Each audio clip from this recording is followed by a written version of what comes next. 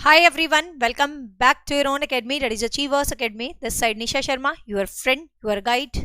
आज ये भाई फटाफट से स्टार्ट करते हैं. आज हम hashtag number second teaching aptitude MCQ series special for HPSC and KVS and also important for all exams. आज ये भाई MCQ पार्ट 2. हाँ कविता 4:30 वाली क्लास जो मैंने आपको पढ़ाई थी आज, तो तुम्हारी पसंदीदा क्लास इमोशनल इंटेलिजेंस, वो है ना, मैंने ऐप पे अभी टीम को भेजा हुआ है. वो शायद कोई दिक्कत आ रही है आज कि वो क्लास सेव नहीं हुई अब तक. और जैसे अपन ने तो क्लास खत्म होते ही 15 मिनट के बाद वो सेव हो जाती है आपके फोल्डर में, लेकिन अभी सेव नहीं हुई है. शायद ये ऐप की तरफ से कोई दिक्कत है, तो ये अभी हो जाएगा 10-15 मिनट में. अभी मैंने मैसेज डाला तो उन्होंने कहा मैम 10-15 मिनट में हो जाएगा. पता नहीं क्या कुछ सेटिंग छिड़ गई होगी भाई, अब पता नहीं चलता है टेक्निकल का. तो क्लास सेव हो जाएगी, टेंशन लेने की जरूरत नहीं तो मेरे लैपटॉप में रिकॉर्ड रखी है, मैं डाल दूंगी. ठीक है, चलो.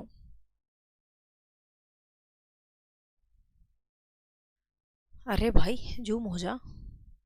क्वेश्चन है फर्स्ट, आपका क्वेश्चन है, काफी अच्छा क्वेश्चन है. अच्छे ही क्वेश्चंस हैं आज के, थोड़े से अंडरस्टैंडिंग बेस्ड हैं, समझेंगे आज के क्वेश्चंस को थोड़ा सा.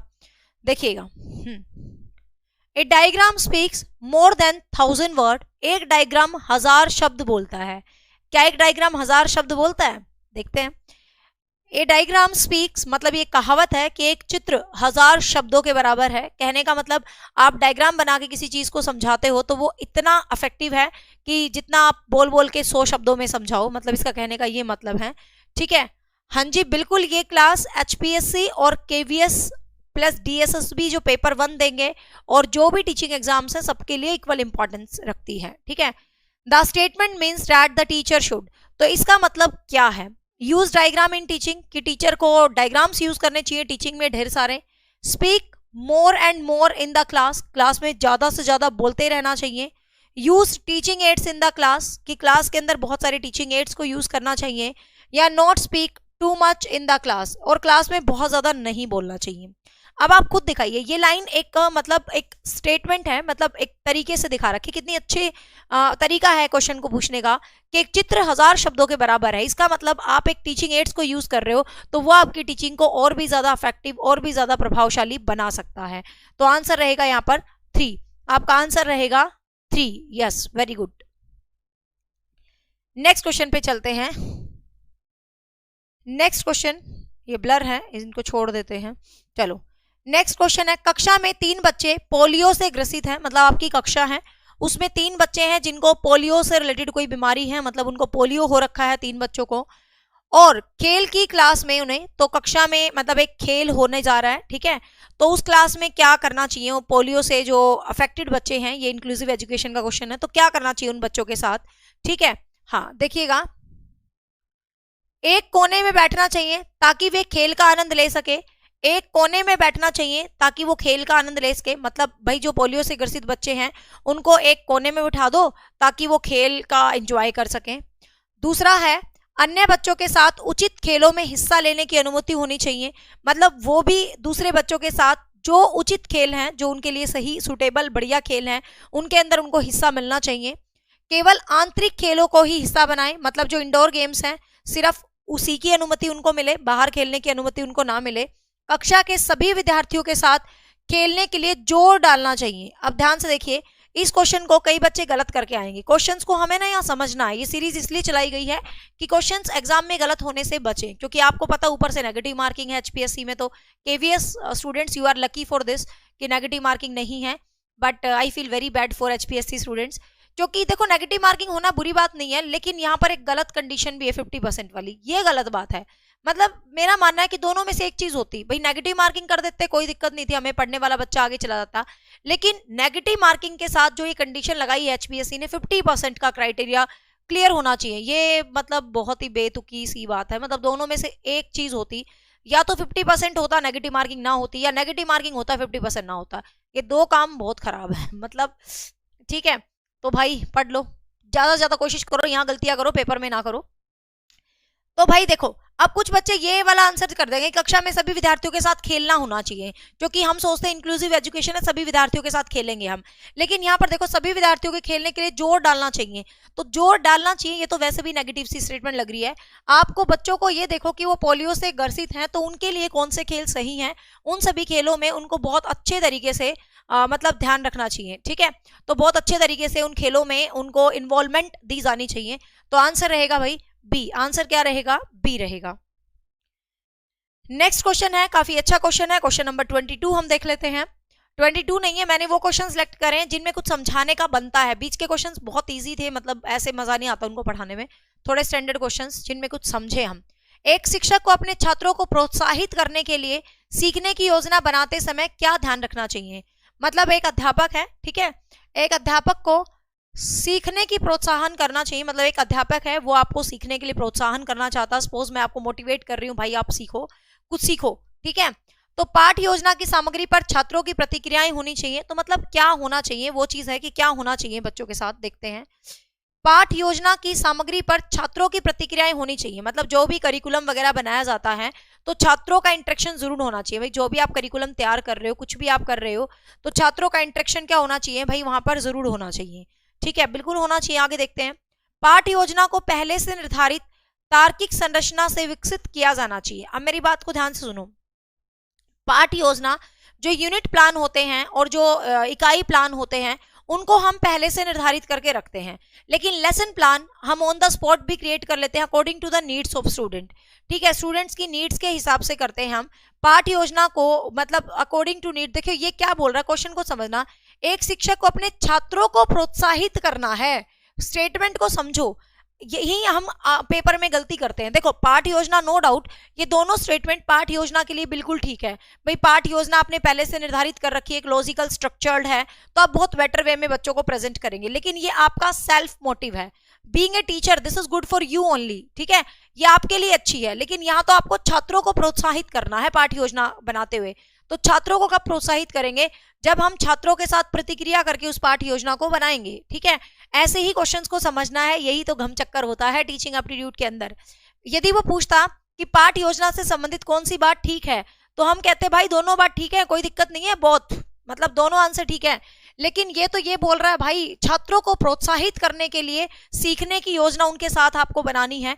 तो सीधी सी बात है, involvement of students must be there. तो यहाँ पर स्टूडेंट का इन्वॉल्वमेंट बहुत ज्यादा जरूरी है। तो यहाँ पर आंसर रहेगा आपका 1, आंसर रहेगा यहाँ पर 1, ठीक है। नेक्स्ट ये क्वेश्चन थोड़ा ब्लर है बट कोई बात नहीं, देख लेते हैं। शिक्षा शास्त्र हमें सिखाने के लिए डैश बता सकता है।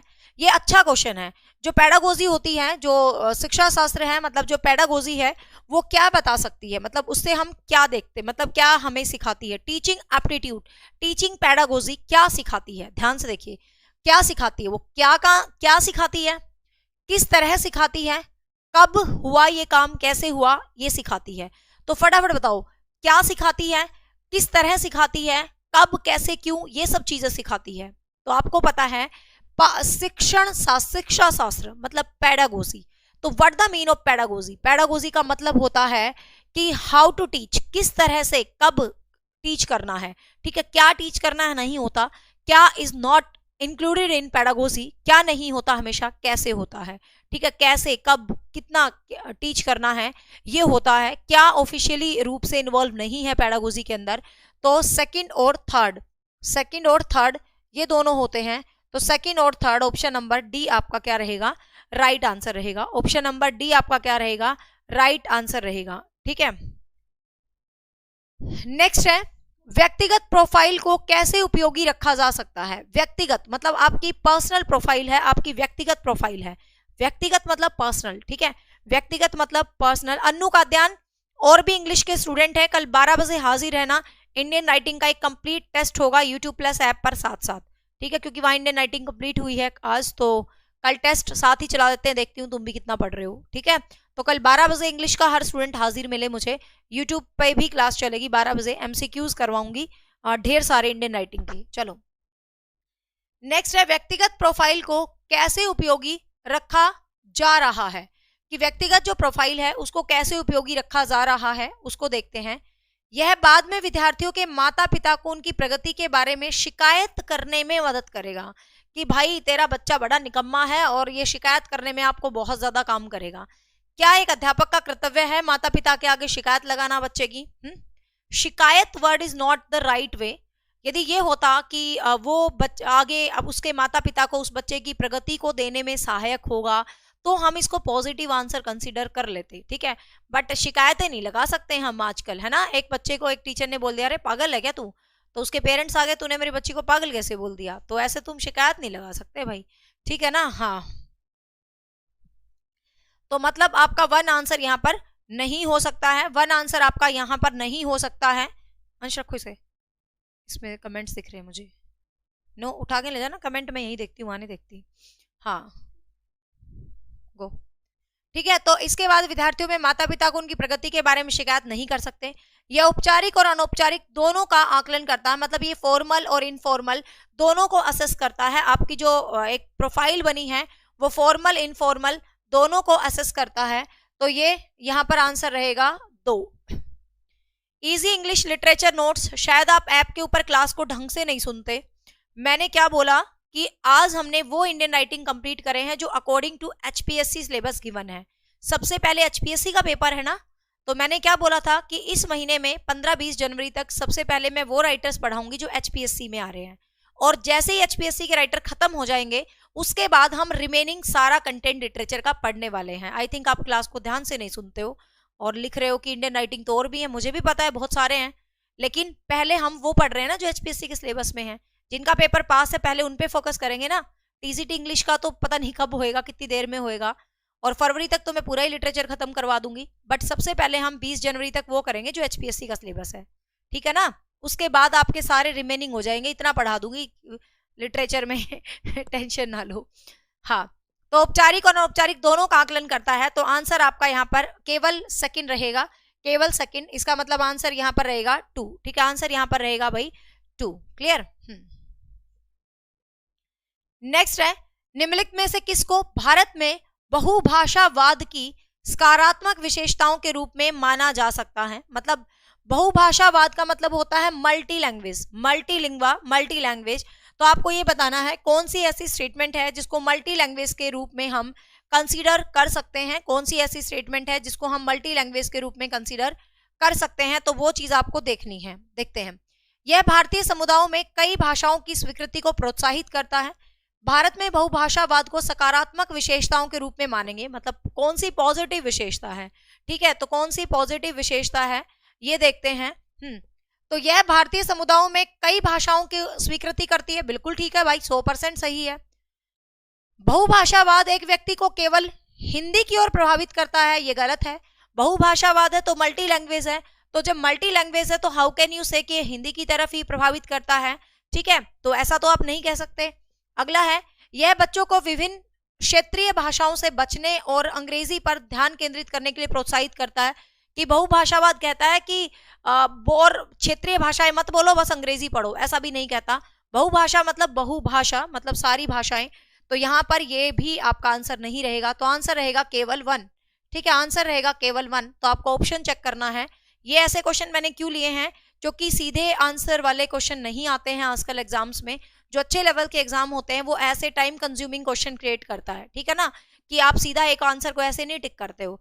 तो आपको ध्यान होना चाहिए, वो ऐसे नीचे ऑप्शन देगा। अब नीचे ऑप्शन के हिसाब से तो ऊपर बच्चा क्या करता है, बच्चे कैसी गलती करते हैं, इसको देखेंगे 1 और आंसर में भर देंगे 1 कि इसका आंसर 1 है। लेकिन आपने ये देखना है कि इसका आंसर 1 है, नीचे देखो किस ऑप्शन में केवल 1 दिया है, तो केवल 1 बी ऑप्शन में दिया है, तो इसीलिए आपका जो उत्तर हो जाएगा वो बी हो जाएगा, ठीक है ना। तो ऐसे क्वेश्चंस को समझ बनानी है, ऐसे क्वेश्चन को अंडरस्टैंड करना है कि किस वे में आप क्वेश्चंस को कैसे क्रिएट करते हो, ये चीज बहुत मैटर करती है, ठीक है। तो ध्यान रखेंगे। नेक्स्ट है, निम्नलिखित में से किसे आप स्कूलों में बढ़ती अनुशासनहीनता का एक प्रमुख कारण मानते हैं। कि स्कूलों में आजकल अनुशासनहीनता बहुत बढ़ रही है, मतलब बिल्कुल भी डिसिप्लिन नहीं है स्कूल में, आजकल बहुत अनुशासन हो रहा है, ठीक है। तो यहाँ पर देखते हैं, और भाई मैं नहीं कहूंगी किसी को भी लाइक करो, शेयर करो, सब्सक्राइब करो, किसी को अच्छा लग रहा है हमसे पढ़ना, किसी को लगता है कि आपको सहायता मिल रही है हमसे, तो चैनल का हिस्सा बन जाया करो, क्योंकि कहते हैं ना फैमिली बढ़ते सबको अच्छी लगती है, तो चैनल ग्रो होता मुझे भी खुशी देगा, सीधी सी बात है। तो आप लाइक करते हैं, कमेंट्स करते हैं बाद में, क्योंकि आपका तो एक थम्स अप लगता है, लेकिन शायद मेरे लिए एक मोटिवेशन बनता है नेक्स्ट वीडियो के लिए, कि बच्चों के कमेंट्स दिखते हैं कि हाँ भाई बच्चे बहुत प्यार करते हैं, बच्चे वीडियोस अच्छी जाती है, तो अंदर से फील आता है और पढ़ाने का। तो बाकी कहने की जरूरत नहीं है ये चीजें। निम्नलिखित में से किसे आप स्कूलों में बढ़ती अनुशासनहीनता का एक प्रमुख कारण मानते हैं? छात्र संघों का प्रभाव, कि आजकल बहुत ज्यादा छात्र डोमिनेट हो रहे हैं, बहुत सारे छात्रों के समूह जगह जगह पर बन रहे हैं। असरदार मार्गदर्शन की कमी, एक अच्छा मतलब वो नहीं है, एक अच्छा गाइडर आपके पास नहीं है, एक सही गाइडेंस नहीं है स्कूल वालों के पास। राजनीतिक हस्तक्षेप, कि राजनीति का, पॉलिटिक्स का बहुत ज्यादा आजकल इंटरफेरेंस है स्कूल में। माता पिता की दखल अंदाजी, पेरेंट्स कुछ ज्यादा ही इंटरफेयर करते हैं स्कूल में। आप ध्यान से देखिएगा, ठीक है, आप ध्यान से देखिएगा यहां पर। हाँ, अब यहां पर देखिए, निम्नलिखित में से किसे आप स्कूलों में बढ़ती अनुशासनहीनता का एक प्रमुख कारण मानते हैं? कि बढ़ती अनुशासनहीनता का एक प्रमुख कारण। अब ध्यान से देखिए, वैसे तो देखो छात्र संघ का प्रभाव भी अनुशासनहीनता फैलाएगा, राजनीतिक हस्तक्षेप भी अनुशासनहीनता फैलाएगा, ठीक है, माता पिता अभिभावकों की दखल अंदाजी भी कहीं भी अनुशासनहीनता फैलाएगी। हो तो सारी ही सकती है बात, लेकिन we have to choose the best one option. आपको द बेस्ट ऑप्शन को टिक करना है। तो बेस्ट ऑप्शन क्या है देखिएगा, असरदार मार्गदर्शन की कमी। हम कहते हैं ना किसी और चीज को ब्लेम नहीं करेंगे, हम खुद को ब्लेम करेंगे कि भाई शायद हमारी गाइडेंस में ही कोई कमी रही होगी, जो आपके आउटपुट में कमी आ रही है ना। तो स्कूल में अनडिसिप्लिन हो रहा है, तो मतलब स्कूल को संभालने वालों में दम नहीं है ना। क्या मजाल जो एक कहते हैं ना, बच्चे बहुत शोर करते हैं, बच्चे बहुत शोर करते हैं। अरे टीचर दमदार हो, ये तो तुम ऑनलाइन हो, मैं तुम्हें क्या ही कह सकती हूँ, तुम कमेंटबाजी करते रहो। ऑफलाइन क्लास में पढ़ाती थी ना, मेरे लिए एक डायलॉग प्रसिद्ध था अकेडमी में, कि निशा मैडम की क्लास में तो पिन ड्रॉप साइलेंस रहती है। मतलब मेरी आवाज में सुई, मेरी क्लास ऑफलाइन में सुई गिरेगी ना तो भी आवाज आएगी। ऐसे बच्चे पढ़ते थे ऑफलाइन में, मतलब कहते हैं ना मंत्र मुग्ध हो जाते थे बच्चे, वो चीज होता था। ये तो ऑनलाइन है जो तुम चक चक चक चक चक कमेंट करते रहते हो, है ना। मतलब वैसे बता रही हूँ, खैर तुम तो पढ़ रहे हो, अच्छा पढ़ रहे हो, शाबाश।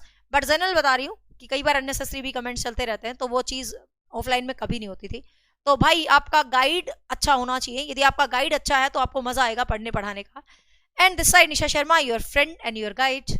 चलो क्वेश्चन नंबर 9, शिक्षण की किस शैली में यह माना जाता है कि कक्षा के सभी बच्चों का योग्यता स्तर समान एक जैसा है? मतलब ये बहुत अच्छा question, I just like this question, मुझे क्वेश्चन बहुत ही पसंद आया है। देखो तुम क्या आंसर देते हो।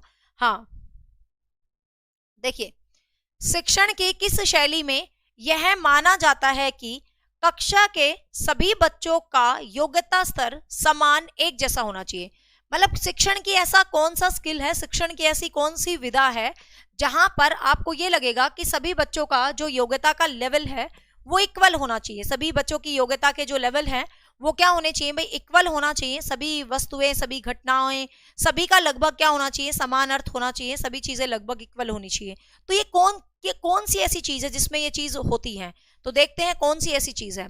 छात्र केंद्रित शिक्षण की देखती हूँ, कुछ बच्चे इसका आंसर बिल्कुल सही दे रहे हैं, कुछ गलत दे रहे हैं। थोड़ा सा दिमाग यहाँ पर लगाना और आंसर बिल्कुल सही दे दोगे आप। जिसने कंसेप्ट को ढंग से पढ़ा है ना, वो आंसर गलत नहीं देगा। तो छात्र केंद्रित शिक्षण, छात्र केंद्रित शिक्षण, पाठ्यक्रम आधारित करिकुलम बेस्ड एजुकेशन, अर्थ के निर्माण मतलब मीनिंगफुल अर्थ को बनाना, करके सीखना मतलब आप कुछ करके सीख रहे हो। अब यहां से वही तो कीड़ा हटाना है तुम्हारा। हर चीज में छात्र सेंटर्ड। कुछ बच्चे ए लगा रहे हैं, जो बी लगा रहे हैं मतलब उनका कॉन्सेप्ट क्लियर है, जो ए लगा रहे हैं मतलब अभी आपको अपने ऊपर काम करना है। अब मेरी बात को ध्यान से सुनिएगा, यहाँ पे क्वेश्चन को समझो यार, ये क्या बोल रहा है। शिक्षण की किस शैली में यह माना जाता है कि कक्षा के सभी बच्चों का योग्यता स्तर समान एक जैसा है? कौन सी ऐसी चीज है जिसको हम बच्चों के स्तर को एक इक्वल मानकर तैयार करते हैं? तो छात्र केंद्रित को इक्वल मान के तैयार करते हैं क्या? करिकुलम, करिकुलम इस पर बेस्ड होता है कि सभी स्टूडेंट जो क्लास में पढ़ने वाले हैं वो एक लेवल पर हैं, उनको हमने उसी तरीके से सिखाना है, उसी तरीके से पढ़ाना है, ठीक है। तो आंसर रहेगा यहाँ पर बी, आंसर रहेगा यहाँ पर बी, ठीक है। यस, बी वालों का सही है। नेक्स्ट है, खोज द्वारा अधिगम विधि निम्नलिखित में से किस सिद्धांत पर आधारित है? खोज द्वारा अधिगम विधि मतलब आप खोज कर रहे हो, तो खोज के द्वारा लर्निंग कर रहे हो, मतलब डिस्कवरी लर्निंग कर रहे हो, जो कि ब्रूनर के द्वारा दी गई थी। बट यहाँ पर कुछ और वे में क्वेश्चन है। खोज द्वारा अधिगम विधि निम्नलिखित में से किस सिद्धांत पर आधारित है? मतलब क्या चीज उस विधि के अंदर होती है, देखते हैं। सक्रियता का सिद्धांत, एक्टिव, जब आप डिस्कवरी लर्निंग कर रहे हैं तो डेफिनेटली यू आर एक्टिव, आप एक्टिव तो हो, तभी तो खोज कर रहे हो, तो बिल्कुल आप एक्टिव हो, कोई दिक्कत नहीं है, कोई डाउट नहीं है, आप एक्टिव हो, ठीक है Manoj, it's not possible completely. तर्कपूर्ण चिंतन का सिद्धांत मतलब लॉजिकल थिंकिंग, पूरा लॉजिकल थिंकिंग, फिर दूसरे बच्चे बुरा नहीं मानेंगे, ऐप वाले ऐसे कैसे करवा दूंगी सारा का सारा भाई। तर्कपूर्ण चिंतन का सिद्धांत कि एक लॉजिकल थिंकिंग की थ्योरी होनी चाहिए। उद्देश्यपूर्ण अनुभव का सिद्धांत मतलब पर्पसफुल आपका एक्सपीरियंस होनी चाहिए, बिल्कुल होनी चाहिए। विकल्पों की खोज का सिद्धांत मतलब आपका जो कुछ भी आपके पास विकल्प हैं उनके लिए आप खोज कर रहे हो, तो सीधी सीधी सी बात है, बिल्कुल सिंपल सी बात है, ये चारों चीजें ही होती हैं खोज के अंदर, ठीक है, ये चारों चीजें ही होती हैं।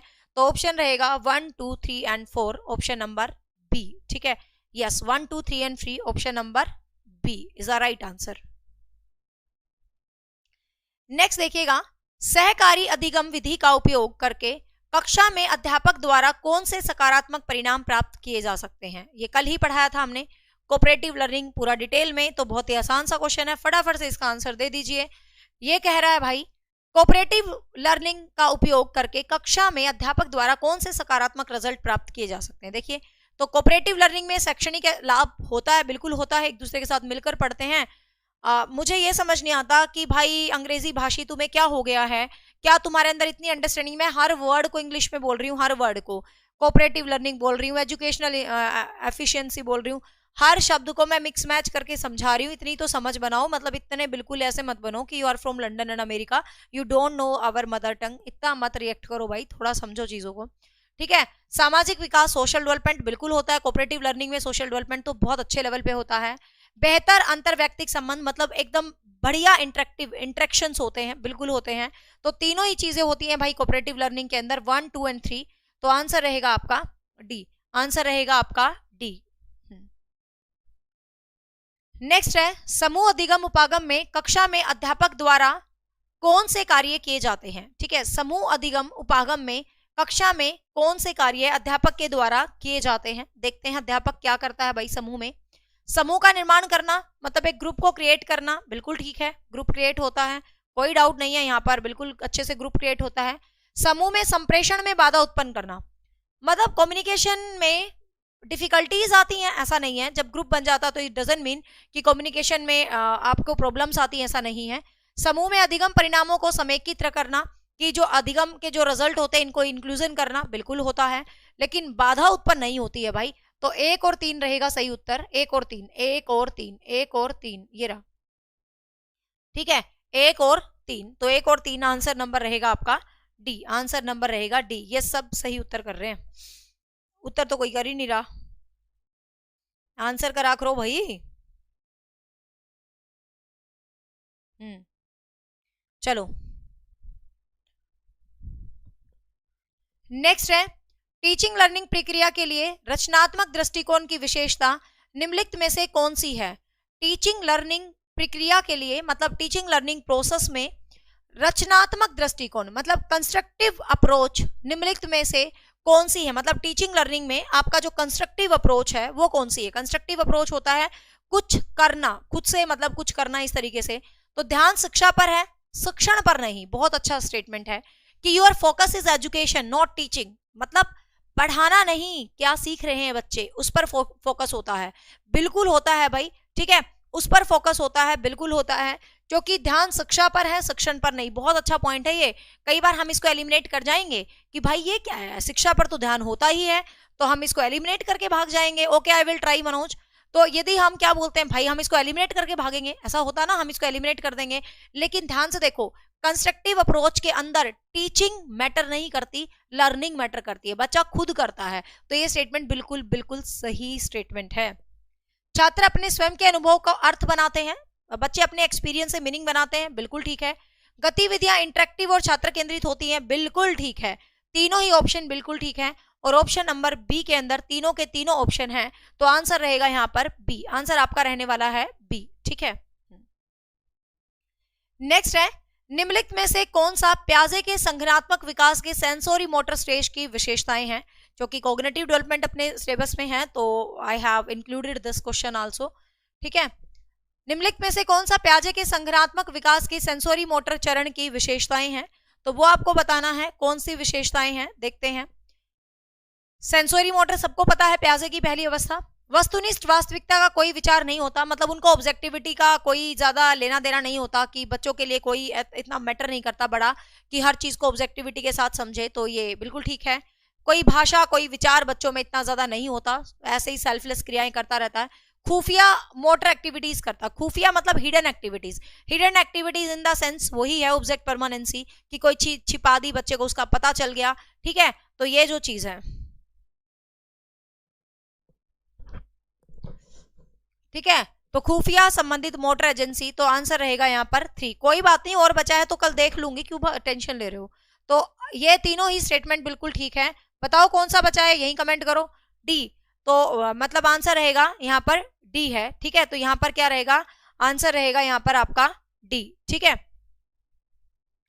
नेक्स्ट देख लीजिए, कक्षा में सहकारी शिक्षण मतलब कोऑपरेटिव लर्निंग, सहकारी शब्द जहां भी आए कोऑपरेटिव होता है इसका इंग्लिश वर्जन, और सहयोगी शब्द जहां भी आए उसका कोलैबोरेटिव होता है। कल मैंने डिफरेंस आपको समझा दिया था, सेम पॉइंट को हम रिपीटेड क्लास में रिपीट नहीं करेंगे because is the wastage of time. तो कोई भी बच्चा हमारी सीरीज में जुड़ रहा है तो क्लास 1 से जुड़े, मैंने वो भी बना दी है, क्या बोलते हैं, playlist, teaching aptitude pedagogy practice set for KVS HPSC, तो उसमें क्लास 1 डाल दी, आज क्लास 2 उसके अंदर डाल दूंगी। तो कहने का मतलब क्लास 1 को, हर क्लास को जरूर देख ले, क्योंकि क्लास में कुछ ना कुछ इंटरेक्शन होता है, ठीक है। हाँ देखिए, कक्षा में सहकारी शिक्षण पद्धति का उपयोग करने के लिए शिक्षक को निम्नलिखित दिशा निर्देशों में पालन करना चाहिए। मतलब आप कोऑपरेटिव लर्निंग कर रहे हो तो आप कुछ रूल्स फॉलो करोगे, तो क्या क्या रूल फॉलो करोगे ये देखिए, ठीक है। हाँ, तो क्या क्या रूल फॉलो करोगे देखिए, छात्रों की शैक्षणिक उपलब्धि, सेक्स और दौड़ को ध्यान में रखते हुए समूह को विषमता बनाना, सेक्स मतलब इज अ सेंस जेंडर, ठीक है, तो छात्रों की शैक्षिक अचीवमेंट को देखेंगे, उनके जेंडर को देखेंगे, हर चीज को देखें, विषम समूह बनाना। तो कल मैंने हेट्रोनोमियस शब्द तुम्हें लिखवाया था, तो इज अ सेम थिंग, विषम समूह होते हैं। कहने का मतलब हर एबिलिटी का बच्चा, हर जेंडर का बच्चा, इस तरीके से ग्रुप बनाना चाहिए कि अलग अलग आइडियाज, अलग अलग क्वालिटी से हमें सीखने को मिले, तो ये बिल्कुल ठीक है। ग्रेड व्यक्तिगत छात्रों का योगदान, तो बिल्कुल जो ग्रेडिंग वाले स्टूडेंट्स हैं उनको भी ले लेना चाहिए ताकि वो क्लास को और बेटर वे में कर सके। सहयोगात्मक सामाजिक कौशल को नियमित रूप से पढ़ाया जाना चाहिए, मॉडलिंग और सुदृढ़ किया जाना चाहिए। जो सहयोगात्मक है, जो आपका कोऑपरेटिव सामाजिक कौशल है, उसको नियमित रूप से पढ़ाएं, कुछ मॉडलिंग करें, कुछ सुदृढ़ करें, बिल्कुल भाई सामाजिक कौशल उसके अंदर इंक्लूड होने चाहिए। तो यहाँ पर मुझे तीनों ही ऑप्शन बिल्कुल ठीक लग रहे हैं, तो ऑप्शन है 1, 2 एंड 3, तो ऑप्शन रहेगा 1, 2 एंड 3, तो आंसर रहेगा यहाँ पर ए, ठीक है। नेक्स्ट है, डिस्कवरी लर्निंग की उत्पत्ति का श्रेय किसी जाता है। We have discuss this question now. Discovery learning किसने दी है भाई, ब्रूनर के द्वारा दी गई है, ठीक है। डिस्कवरी लर्निंग का जो कॉन्सेप्ट है वो जेरोम ब्रूनर के द्वारा दिया गया है। डिस्कवरी लर्निंग का concept it's given by Bruner. Next है, निम्नलिखित में से कौन सा कथन सही है, निम्नलिखित में से कौन सा कथन सही है, आपको बतानी है which is the right statement, सही स्टेटमेंट कौन सी है वो आपको बतानी है। देखते हैं कौन सी सही स्टेटमेंट है भाई, किस बारे में है, देखें। सीखना औपचारिक और अनौपचारिक स्थितियों में होता, लर्निंग के बारे में है, ठीक है। जो लर्निंग है वो फॉर्मल भी होती है और अनफॉर्मल भी होती है, बिल्कुल ठीक है। Learning is formal and informal, बिल्कुल ठीक है भाई।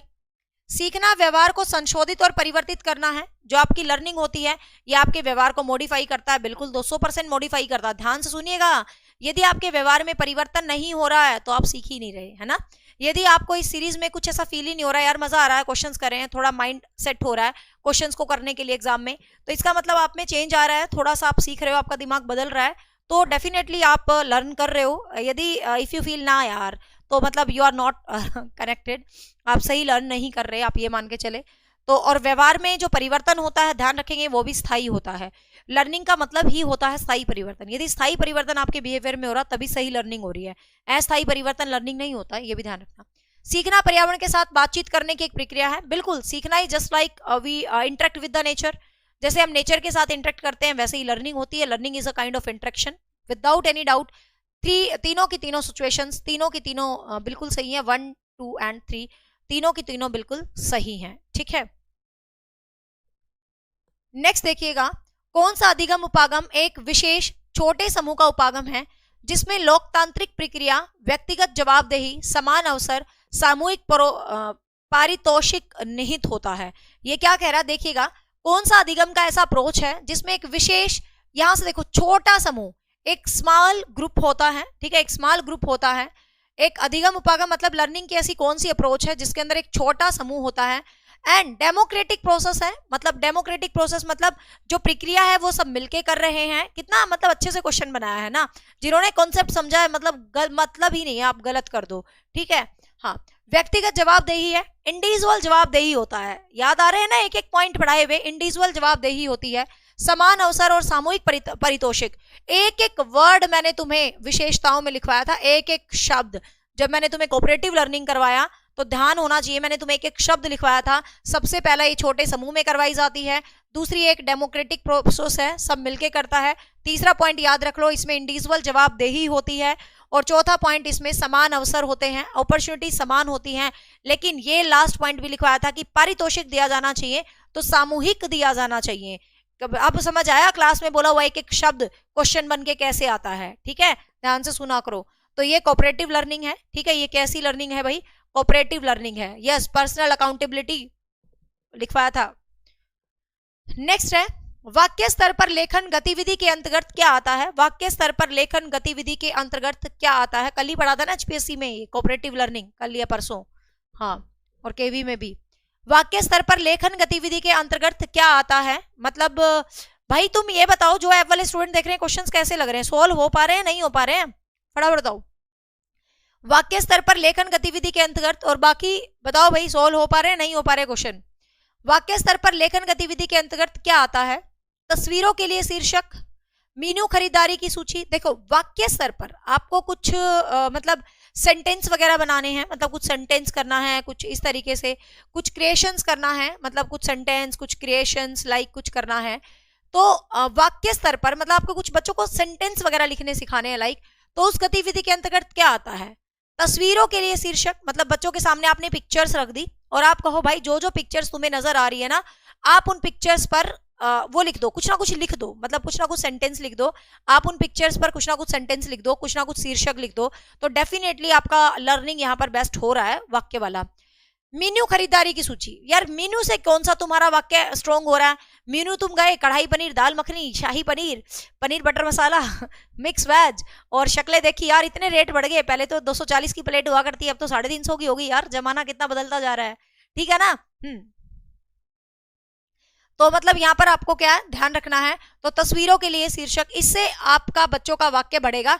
मतलब मीन्यू लेके खरीदारी कर रहे हो, भाई मेरे को टिंडे दे दे, सब्जी दे दे, कुछ नहीं, तुम्हारा सेंटेंस लेवल यहाँ पर बढ़ रहा है।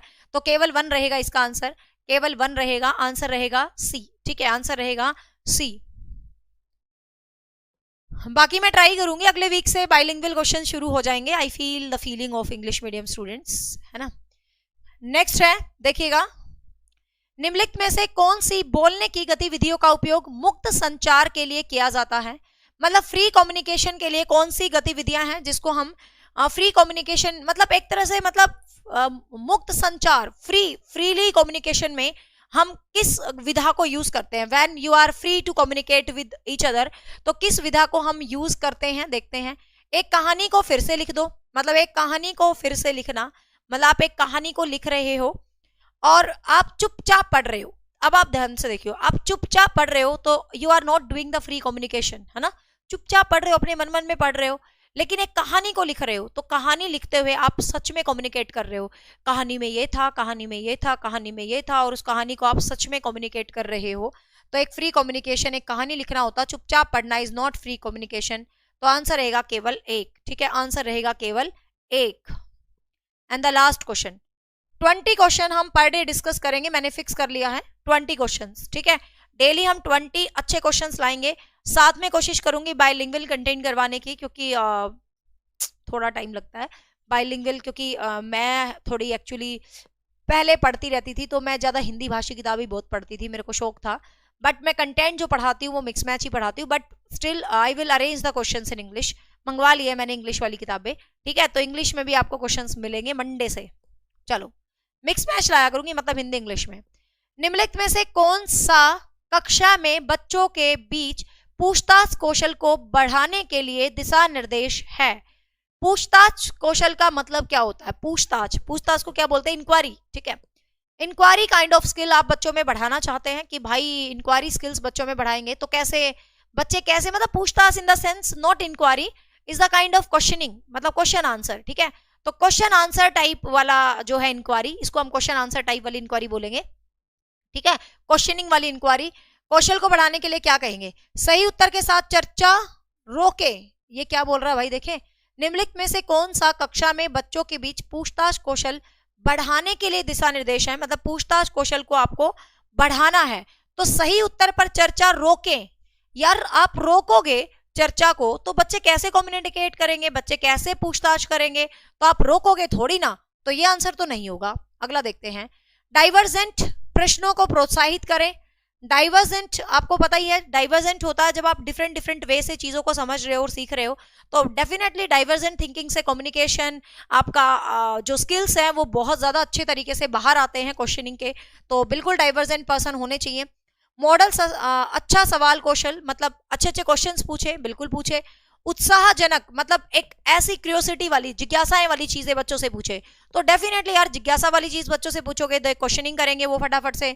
मॉडल अच्छा सवाल करेंगे तो वो क्वेश्चनिंग करेंगे, डाइवर्जेंट क्वेश्चनिंग करेंगे तो उनका ध्यान जरूर जाएगा। लेकिन चर्चा को रोक ही दोगे, अब मैं क्लास को रोक ही दूंगी तो क्या ही बढ़ोगे आगे, तो क्लास को रोक ही दूंगी तो क्या ही क्वेश्चन करेंगे आगे, कहानी खत्म, ठीक है। तो मतलब 1 नहीं होगा, 2, 3 और 4 होगा, तो 2, 3 और 4 सी ऑप्शन में है, 2, 3 और 4 सी ऑप्शन में है, तो आंसर रहेगा सी, आंसर रहेगा सी, ठीक है। हाँ संगीता, आज मुझे नहीं पता क्या दिक्कत आई है ऐप में कि क्लास अपलोड नहीं हुई अब तक 4:30 बजे वाली, मैंने चेक करवाने को बोला हुआ, उनका रिप्लाई आ भी गया होगा, मैं देख लेती हूँ। नहीं भी अपलोड हुई होगी, मैं देखती हूँ, नहीं तो मैं पर्सनल करवा, हाँ तो मैं देख लूंगी, नहीं तो मैं मेरे कंप्यूटर में सेव है, मैं कंप्यूटर से डाल के चली जाती हूँ एक बार क्लास को, उनकी तरफ से प्रोसेस होती रहेगी ऐप वालों की तरफ से, मेरे पास कंप्यूटर में सेव है, मैं उस क्लास को अभी अपलोड करके जा रही हूँ, क्लास नंबर 14 इमोशनल इंटेलिजेंस, ठीक है, मैं अपलोड कर दूंगी। पर मैंने भी अभी देखा ऐप में नहीं आई, और आपको पता हर रोज क्लास सिर्फ 15 मिनट के बाद आ जाती है, तो कुछ गड़बड़ हुआ है आज पीछे से टेक्नोलॉजी में, ठीक है भाई। तो आज के लिए इतना ही काफी है, टेक केयर, मिलते हैं कल 8:30 बजे। क्लासेस अपनी मैं फिक्स बोल देती हूँ, मंडे टू फ्राइडे रहने वाली हैं live class, Saturday Sunday, Saturday को सिर्फ रिकॉर्डेड सेशंस आएंगे, और संडे को हम करा करेंगे दोबारा से संडे चिट चैट, जिसमें आपके खूब सारे क्वेश्चंस होंगे और मेरे आंसर्स होंगे, ठीक है भाई। जो बच्चे पहली बार हमारे चैनल से जुड़े हैं, मैं बता दूं हमारा चैनल डेडिकेटेड है टीचिंग एग्जाम्स को, किसी भी स्टेट के किसी भी टीचिंग एग्जाम की आप तैयारी कर रहे हो तो हमसे जुड़ सकते हैं।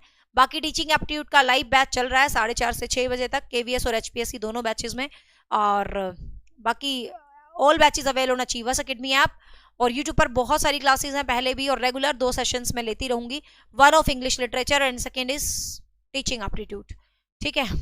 हाँ ठंड है इसलिए क्लास को ठंड लगी, अपलोड नहीं हुई, मैं भी चेक करके मैं ना कंप्यूटर वाली क्लास अपलोड कर देती हूँ, क्योंकि आज की क्लास तो वैसे भी इतनी मजेदार थी यार, वो कैसे मिस हो गई, ठीक है। अभी करते हैं, okay bye bye.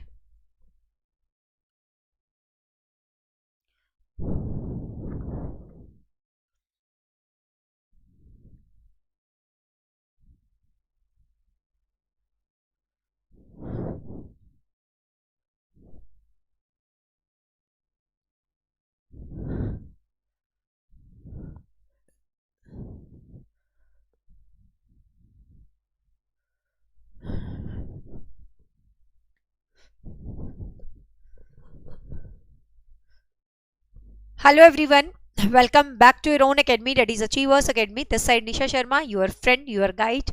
Hope you all are fine. So guys, हम अपना 8:30 बजे सीरीज कर रहे हैं टीचिंग एप्टीट्यूड एंड पेडागोजी, जो कि रिलेटेड है आपके DEET+B, KVS, HPSC, Haryana screening, और कोई भी टेट एग्जाम्स XYZ, जो भी टेट एग्जाम्स होते हैं, ये जो है आपकी क्लास सबके लिए इक्वल इंपॉर्टेंस रखती है। तो now we are going to discuss hashtag video number 3। इससे पहले 2 वीडियो है, प्लेलिस्ट मैंने बना दी है, teaching aptitude practice set something. तो आज की क्लास में हम कुछ स्पेशल क्वेश्चन डिस्कस करने जा रहे हैं, जो है कम्युनिकेशन चैप्टर से, संप्रेषण चैप्टर से। ये चैप्टर बहुत ज्यादा इंपॉर्टेंट है, आपको पता है HPSC में तो बिल्कुल स्पेशल इस चैप्टर को लिखा है, और हर एक टीचिंग एग्जाम में जरूर आता है, KV, DSSB हर जगह। तो कर लेते हैं स्टार्ट। देखिए कम्युनिकेशन आपको पता ही है, संप्रेषण होता है, डिटेल चैप्टर्स में यहाँ पर नहीं पढ़ा रही, हम MCQ सीरीज कर रहे हैं, और ये आपकी एक प्रैक्टिस करवा रही हूँ मैं, एक तरह से कंप्लीट करवाती रहूंगी टिल एग्जाम, बहुत सारे टीचिंग एप्टीट्यूड के क्वेश्चंस आपके हो जाएंगे। तो इस प्रैक्टिस सीरीज में आपको बहुत सारे कॉन्सेप्ट क्लियर होंगे, क्वेश्चंस करने का तरीका और सब कुछ। देखिए फर्स्ट क्वेश्चन है कम्युनिकेशन, आपको पता है मीन ऑफ कम्युनिकेशन, बात करने का तरीका, जिसमें एक सेंडर होता है और एक रिसीवर होता है मेनली। यदि बेसिक रूप से करें, वैसे बहुत बड़ा चैप्टर है, बेसिक बात करें तो एक सेंडर है, मैं हूं, और एक आप रिसीवर हैं। ठीक है, आप मेरे बातों को रिसीव करते हैं किसी चैनल के थ्रू, जैसे अब चैनल है इंटरनेट मीडिया, जिससे आप मेरी बात को क्या कर रहे हैं, रिसीव कर रहे हैं। ठीक है, फर्स्ट क्वेश्चन है, मेरी तबीयत थोड़ी डाउन है, कल भी बच्चों ने घुमा दिया न्यू ईयर करके, पहले ही जुकाम था और ज्यादा हो गया, तो मेरी वॉइस को थोड़ा इग्नोर करना, but what I am going to teach you it's important. When we say that communication is intentional, it means that, जब हम कहते हैं कि कम्युनिकेशनल इंटेंशनल होती है, मतलब जो कम्युनिकेशन होता है वो किसी संदर्भ में होती है, उसका कोई इरादा होता है, कोई संदर्भ होता है, तो मतलब इस स्टेटमेंट के लिए कौन सी डेफिनेशन अपनी सही रहेगी। फर्स्ट है सेंडर, और हाँ हिंदी में मैं बोलती जाऊंगी, कोई दिक्कत नहीं है, कभी पीडीएफ हिंदी में होगी और कभी इंग्लिश में। Sender consciously intend that affect the behaviour of receiver of the message. Next, मतलब जो सेंडर होता है वो जो रिसीवर होता है उसका बिहेवियर जरूर इंपैक्ट होता है उसे। Affective communication is the process of acting on information, कि अच्छी कम्युनिकेशन वो होता है जब आप किसी इंफॉर्मेशन के ऊपर कोई एक्ट करते हो, एक्टिंग करते हो, नहीं भाई। Through speech communication people make sense of the word, कि मतलब स्पीच के थ्रू ही हम संसार में एक सेंस क्रिएट करते हैं अपनी, या नन ऑफ अबोव। अब ध्यान से देखिएगा, मेन जो सही जा रहा है कि आपको पता कम्युनिकेशन का मीन ही क्या होता है, कि सेंडर ने कॉन्शियसली, उसका इंटेंशन ये होता है कि वो रिसीवर के बिहेवियर को इंपैक्ट करे। यदि मैं आपको पढ़ा रही हूँ, मैं आपको कुछ समझा रही हूँ, तो I am sender now and my main purpose is to change your behaviour, my main purpose is to make you understand, कि जब तक आपको पता है कि सेंडर जब तक बेस्ट नहीं होता है, जब तक रिसीवर उसको चीजों को एक्सेप्ट ना कर ले अच्छे तरीके से। ठीक है, तो रिसीवर का एक्सेप्ट करना बहुत ज्यादा जरूरी होता है।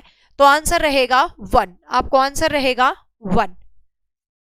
नेक्स्ट है communication is the transfer and understanding of, जो कम्युनिकेशन है वो ट्रांसफर होता है और अंडरस्टैंडिंग होता है किसका, आइडियाज का, मीनिंग का, कॉन्सेप्ट का, या वर्ड्स का। कि कम्युनिकेशन है उसमें आइडियाज को ट्रांसफर किया जाता है, उसमें शब्दों को ट्रांसफर किया जाता है, उसमें मीनिंग को ट्रांसफर किया जाता है, या उसमें शब्दों को ट्रांसफर किया जाता है। अब बहुत सारे बच्चे कहेंगे इसका आंसर फटाफट दो, क्या दोगे। कुछ लोग कहेंगे कि मैम आइडियाज, जैसे सबका आंसर आ चुका है ए, यही तो मुझे देखना था। देखो ध्यान से, हम कहते हैं कम्युनिकेशन में हम आइडियाज को ट्रांसफर करते हैं। ठीक है, जरूरी है हमेशा आइडियाज ही ट्रांसफर हो, हमेशा आपके पास कोई ना कोई आइडिया रहेगा, आइडिया दिमाग में आ गया, ऐसा है क्या, हर वक्त आपके पास कोई आइडिया रहेगा क्या जिसको आप ट्रांसफर करोगे ना। कभी आप किसी बात को ट्रांसफर करोगे, कभी किसी आइडिया को ट्रांसफर करोगे, कभी किसी फीलिंग को ट्रांसफर करोगे, कभी कोई मैसेज ट्रांसफर करोगे, और ये हर चीज क्या कहलाती है, ये हर चीज कहलाती है कॉन्सेप्ट। मतलब कहीं ना कहीं कम्युनिकेशन के अंदर आप किसी कॉन्सेप्ट को ट्रांसफर करेंगे। ठीक है ना, तो आंसर रहेगा कॉन्सेप्ट, आंसर रहेगा बी। नेक्स्ट है विच ऑफ द फॉलोइंग, ये जो सीरीज भी आप देखते रहोगे ना टिल एग्जाम, यकीन मानिए बहुत सारे क्वेश्चंस आपको एज इट इज मिल जाएंगे टीचिंग एप्टीट्यूड में। ठीक है, नेक्स्ट है which of the following can be termed as the context of communication. Communication के कंटेक्स्ट में हम किस टर्म को मतलब समझते हैं, आपको सही टर्म बतानी है कि कौन सी है कम्युनिकेशन के कंटेक्स्ट में। ठीक है, and interference with the message reception, कि मेरे को मैसेज रिसिप्ट हुआ है उसके साथ मेरी इंटरफेरेंस। अफेक्टिव कम्युनिकेशन, एक बहुत अफेक्टिव वे में communication. Verbal and non verbal responses to message, कि मेरा जो भी मैसेज है उसके लिए मेरा verbal and non verbal response. A physical and psychological environment for the conversation. देखिए following can be termed as the context, कि हम कोई भी कंटेक्स्ट बनाएंगे कम्युनिकेशन के लिए, कोई भी संदर्भ, कोई भी चीज हम कम्युनिकेशन के लिए क्रिएट कर रहे हैं। ठीक है, तो उसके अंदर क्या करेंगे, हम कोई ना कोई एनवायरनमेंट बनाएंगे, फिजिकल एंड साइकोलॉजिकल एनवायरनमेंट, क्योंकि आपको पता है फिजिकल और साइकोलॉजिकल एनवायरनमेंट बनके हम अपनी कम्युनिकेशन को बेटर वे में रिप्रेजेंट कर सकते हैं। तो आंसर रहेगा यहाँ पर डी, आंसर रहेगा डी। हिंदी में बोल दूंगी मैं, हिंदी मीडियम वाले बिल्कुल भी टेंशन ना लें। ठीक है, हिंदी में मैं बोल दूंगी साथ में। देखिए which of the following is Berlo's linear मतलब मॉडल कम्युनिकेशन, ये समझ लेते हैं क्या है। कम्युनिकेशन के कुछ मॉडल्स हैं। ठीक है, कम्युनिकेशन के कुछ मॉडल्स हैं, उनमें एक मॉडल है जिसका नाम है लीनियर मॉडल, जिसको हिंदी में बोलते हैं रैखिक या रेखीय। रेखीय मॉडल, रेखीय मॉडल में क्या होता है कि एक सेंडर होता है और वो एक बंदे को अपनी इंफॉर्मेशन को रिसीव करवाता है। तो उसके अंदर बहुत सारे बंदों ने मॉडल्स प्रेजेंट करे हैं कि भाई अरिस्टोटल ने कहा, शेरन वॉरेन ने कहा, सबने अलग अलग मॉडल्स प्रेजेंट किए हैं, ठीक है। तो ऐसे में एक बैरलो नाम का बंदा है, उसने भी एक मॉडल प्रस्तुत किया है। तो क्वेश्चन है उसका मॉडल क्या था। तो वो अपने मॉडल में बोलता है कि सबसे पहले एक सोर्स होता है, ठीक है, सबसे पहले बंदे के पास एक सोर्स होता है। सोर्स मतलब एक काइंड ऑफ सेंडर पर्सन है, उसके पास एक मैसेज है, एक सोर्स है, मतलब एक सोर्स मतलब एक तरह से सेंडर, ठीक है, लेकिन वो शब्द देता है सोर्स। फिर वो कहता है उस सोर्स के पास एक मैसेज रहता है हमेशा, उस सोर्स के पास एक मैसेज रहता है हमेशा, और उस मैसेज को वो किसी चैनल के थ्रू रिसीवर को भेजता है, ठीक है। उस मैसेज को किसी चैनल के थ्रू वो रिसीवर को क्या करता है भाई, भेजता है, ठीक है। तो इसका मतलब क्या है, SMCR, ठीक है, मतलब वो एक सीक्वेंस बताता है। जब हम इनको डिटेल से पढ़ते हैं मॉडल्स को तो बैरलो एक सीक्वेंस बताता है, ठीक है। तो ये सीक्वेंस हुई SMCR, राइट आंसर रहेगा रिसीव। मतलब ये एक कम्युनिकेशन का एक प्रोसेस है कि आप एक सेंडर हैं, आपके पास एक मैसेज होता है, ठीक है, आपके पास एक मैसेज होता है, फिर आप उस मैसेज को किसी चैनल के तहत, जैसे कि मेरे पास एक मैसेज है, मैं किसी चैनल, जैसे ये सोशल मीडिया प्लेटफॉर्म है, किसी चैनल के तहत रिसीवर को भेजती हूँ, ठीक है। रिसीवर मैसेज को रिसीव करने से पहले उसको डिकोड करता है, ध्यान रखेंगे, मैसेज को रिसीव करने से पहले डिकोड करेगा, और जो सेंडर है वो पहले मैसेज को क्या करेगा, एनकोड करेगा। ये चीज ध्यान रखना। एनकोड मतलब सपोज मेरे पास कुछ बात है आपको कहने के लिए, तो मैं अपनी बात को एनालिसिस करती हूँ कि मेरी बात ऐसी है, मुझे ये करना है, मुझे ये करना है, तो मैं आपकी बात को, मेरी बात को एनालिसिस करती हूँ। तो जब हम अपनी बात को एनालिसिस करते हैं तो इस चीज को हम क्या बोलते हैं, इस चीज को हम क्या बोलते हैं, एनालिसिस करते हैं, एनकोडिंग बोलते हैं, ठीक है। लेकिन जब वो रिसीवर के पास पहुंचती है, सपोज मैंने आपको मैसेज दिया, तो आप उस मैसेज को पहले देखते हो, फिर उसको रिसीव करते हो, ठीक है। तो आप पहले उसकी डिकोडिंग करते हो, ध्यान रखना, रिसीवर से पहले डिकोडिंग होती है और सेंडर के बाद एनकोडिंग होती है, ठीक है। तो ध्यान रखेंगे ये चीज। तो आंसर रहेगा बी। और भाई मेरी आवाज को सीरियसली इग्नोर करना आज। नेक्स्ट है, who among the following has stated, किसी ने ये स्टेटमेंट दी थी, क्या स्टेटमेंट दी थी देखते हैं, ठीक है। अरे भाई कभी तो अंग्रेजी मीडियम में पढ़ाने दिया करो, रोज अंग्रेजी वाले कहते हैं मैडम हमारे लिए भी क्वेश्चन लाओ। आप है ना, मेरी बात सुनो, आप इस लेवल पे नहीं है, अंग्रेजी हिंदी आपके लिए मैटर नहीं करनी चाहिए। ये तो ना बेवकूफों वाली बात होती है, अंग्रेजी में क्वेश्चन है, हिंदी में क्वेश्चन है। जो पढ़ने वाला बच्चा है ना, कसम से बता रही हूँ, ना उसके लिए अंग्रेजी मैटर करती, ना उसके लिए हिंदी मैटर करती, उसके लिए मैटर करता है वो कंटेंट, वो बात जो मैम समझा रही है, ठीक है। मैं जब हिंदी में क्वेश्चन लाती हूँ तो अंग्रेजी में समझा देती हूँ, जब मैं अंग्रेजी में क्वेश्चन लिखे हैं तो मैं उसको हिंदी में बोलती हूँ। तो मुझे लगता है इस चीज से दूर हो जाओ, तुम्हें नौकरी लेनी है, हिंदी अंग्रेजी क्या है यार, कुछ नहीं है। भाषा मैटर नहीं करती, मैटर करती है उस भाषा के अंदर की भावनाएं, ठीक है।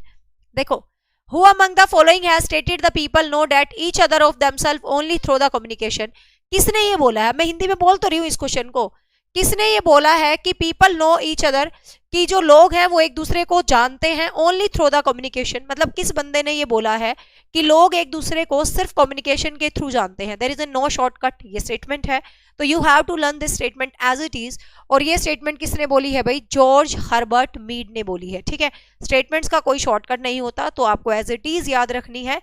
तो यहाँ आपको याद रखना है कि यहाँ पर क्या है, जॉर्ज हर्बर्ट, आंसर रहेगा ए। अरे मैं तो ठीक थी, थोड़ा सा जुकाम था, ये मेरी औलाद मानती नहीं, कल बाहर लेगी और ठंड ज्यादा लग गई। चलो नेक्स्ट है, the ability to communicate effectively, ability to communicate effectively, कि आपको अच्छे ढंग से मतलब कम्युनिकेट करने की जो एबिलिटी है वो क्या है देखते हैं। Depends on the education level, कि ये सिर्फ आपके शिक्षा के लेवल पर डिपेंड करती है, आप अच्छा कम्युनिकेशन आपको करना आता है। तो ध्यान से देखिएगा ये किस चीज पर डिपेंड होता है, depends on the education level. Education level पे अनपढ़ गवार भी पता नहीं कैसा भाषण देते हैं कि कुछ भी XYZ बन जाते हैं, है ना। तो कहने का मतलब क्या है, ऐसा नहीं कह सकते भाई अनपढ़ लोग तो ऐसे से भाषण देंगे, पढ़े लिखोगे मतलब मुंह बंद हो जाए, बिल्कुल तो बिल्कुल नहीं कह सकते कि कम्युनिकेशन एक एजुकेशन पर डिपेंड है। Is the natural talent that can not be learn, ये एक नेचुरल टैलेंट है जिसको लर्न नहीं किया जा सकता, ऐसा बिल्कुल भी नहीं है।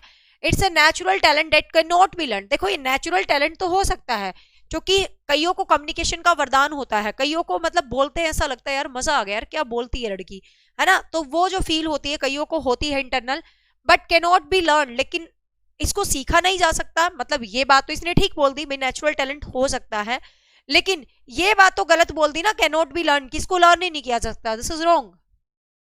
Always depend on the use of technology, हमेशा टेक्नोलॉजी पे डिपेंड होगी कम्युनिकेशन।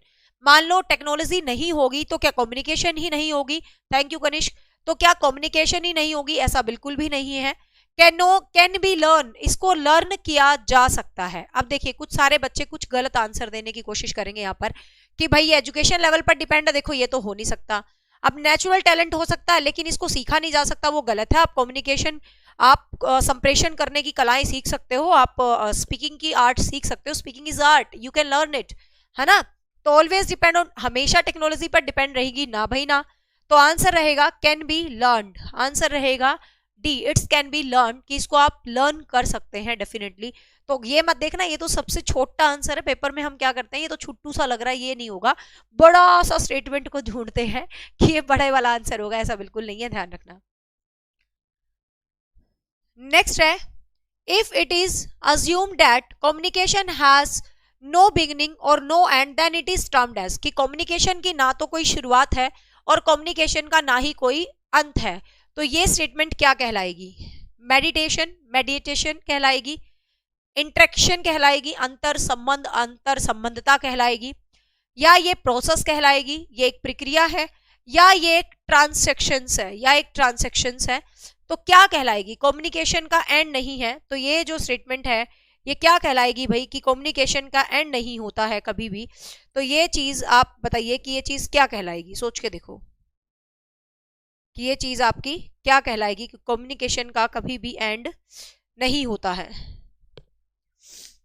तो ये चीज क्या है भाई? कम्युनिकेशन कभी नहीं एंड होती बिकॉज इट्स अ प्रोसेस, ठीक है। तो आपको पता, बहुत ही आसान सा क्वेश्चन था, ये क्या होगी भाई? एक प्रोसेस है, ये एक प्रक्रिया है। नेक्स्ट देखिए, अच्छा क्वेश्चन है नेक्स्ट काफी। The essential components of communications are, communications के एसेंशियल मतलब महत्वपूर्ण कंपोनेंट्स क्या हैं? कम्युनिकेशन के सबसे इंपॉर्टेंट कंपोनेंट्स क्या हैं, कि क्या होता है कम्युनिकेशन में इंपॉर्टेंटली? आ गए या तुम लाइव? वैसे कितने बच्चे देख रहे हो, देख तो लूं मैं आज चला के, मुझे पता चले तुम रात को ठंड में क्लास देखने आते हो या मैं ऐसे ही सर्दी में खड़ी होती हूँ। हाँ आ रखे हैं कुछ तो, मतलब पढ़ाकू। चलो नेक्स्ट चलते हैं। हाँ, the essential component of communication, communication का महत्वपूर्ण कंपोनेंट्स आपको बताने हैं कि क्या होते हैं, मतलब कम्युनिकेशन के महत्वपूर्ण तत्व आपको बताने हैं कि क्या होते हैं। क्या होते हैं इनके महत्वपूर्ण तत्व? देखिएगा, सोर्स, मैसेज, आपको पता, देखो किसी भी कम्युनिकेशन में सोर्स हो, मैसेज हो, चैनल हो, कोडिंग हो, डिकोडिंग हो, रिसीवर हो, यही तो चीजें होती हैं किसी भी कम्युनिकेशन के अंदर, ठीक है। तो सोर्स होना चाहिए, बिल्कुल होना चाहिए, मैसेज होना चाहिए, इंटरफेरेंस होनी चाहिए, चैनल होना चाहिए, रिसीवर होना चाहिए, फीडबैक सबसे जरूरी है, फीडबैक जरूर होनी चाहिए, एंड आपका कंटेक्स्ट तो होना ही चाहिए, आप जो मैसेज डिलीवर कर रहे हो वो तो आपके पास होना ही होना चाहिए। देखो यहाँ पर साइंस तो चलो हो सकते हैं, डेस्टिनेशन भी हो सकता है, इंटरेक्शन, इंटरेक्शन क्या है? इंटरेक्शन तो एक तरीका है, कंपोनेंट थोड़ी ना है, तो ये कंपोनेंट थोड़ी ना, एलिमिनेट करके भी आप कर सकते हो क्वेश्चंस को, ठीक है ना। तो ऐसे करके भी आप क्वेश्चंस को कर सकते हो, ये तो non verbal and verbal type है, कंपोनेंट तो ये है। तो आंसर रहेगा आपका फर्स्ट, ठीक है। Interferences is a kind of, जैसे कि आप किसी भी माध्यम से अपनी चीज को पहुंचाते हैं, उसी फॉर्म में यूज हुआ है ये, ठीक है। इंटर रेफरेंसेस है ये, मतलब एक तरह से जो आप मतलब एक दूसरे के साथ को रिलेट करके इंटरफेरेंस जो रेफरेंसेस टाइप में देते हो, ये उस सेंस में यूज हुआ है। नेक्स्ट है, a message can only be deemed effective when, एक जो मैसेज है आपका असरकारी होगा, एक मैसेज आपका असरकारी होगा, प्रभावशाली होगा, कब होगा एक मैसेज प्रभावशाली? जब good communication skills are used, जब उसके अंदर आपने बहुत अच्छा कम्युनिकेशन स्किल यूज किया हो तो आपका जो मेथड है वो प्रभावशाली होगा। अगला देखते हैं, replace back as proof of understanding, मतलब रिपीटेड, सॉरी रिपीटेड बैक, किसी भी चीज को हम बार बार रिपीटेड करेंगे तो वो इट सीम्स बोरिंग, तो वो आपको भी अच्छा नहीं लगेगा, सीधी सी बात है, ठीक है। तो repeated back as proof of understanding, तो इसका मतलब ये वाला ऑप्शन तो होगा ही नहीं है। नेक्स्ट है, understand by the receiver and produce the desire response, कि understood by the receiver, receiver उसको समझ ले, and produce the desired response, और अपना एक सही रिस्पॉन्स हमें दे। नेक्स्ट है delivered interpersonal communication. Interpersonal communication क्या होती है?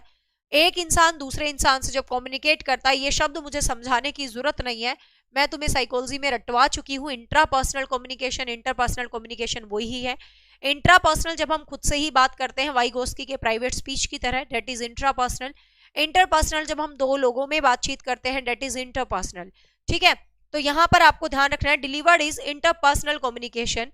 तो अब ये पूछा है मैसेज कैन ओनली अफेक्टिव, एक मैसेज अफेक्टिव कब होगा? सोच के देखो, मैसेज अफेक्टिव जब होगा, कई बच्चे कहेंगे जब उसमें गुड कम्युनिकेशन हो तब अफेक्टिव होगा, लेकिन आप ध्यान से देखिएगा, गुड कम्युनिकेशन बेशक है, लेकिन मान लो मैंने यहाँ आ गई, मैं बीबीसी न्यूज एंकर की तरह और बहुत यूनिक मैंने कम्युनिकेशन कर दिया, बट मेरे रिसीवर को वो समझ ही नहीं आया। मेरे रिसीवर को तो निशा मैम की अपना अंदाज समझ आता है, तो how can I pretend the अंदाज ऑफ अनदर पर्सन, है ना? तो कहने का मतलब हमें अपना अंदाज ही तो समझ में आता है।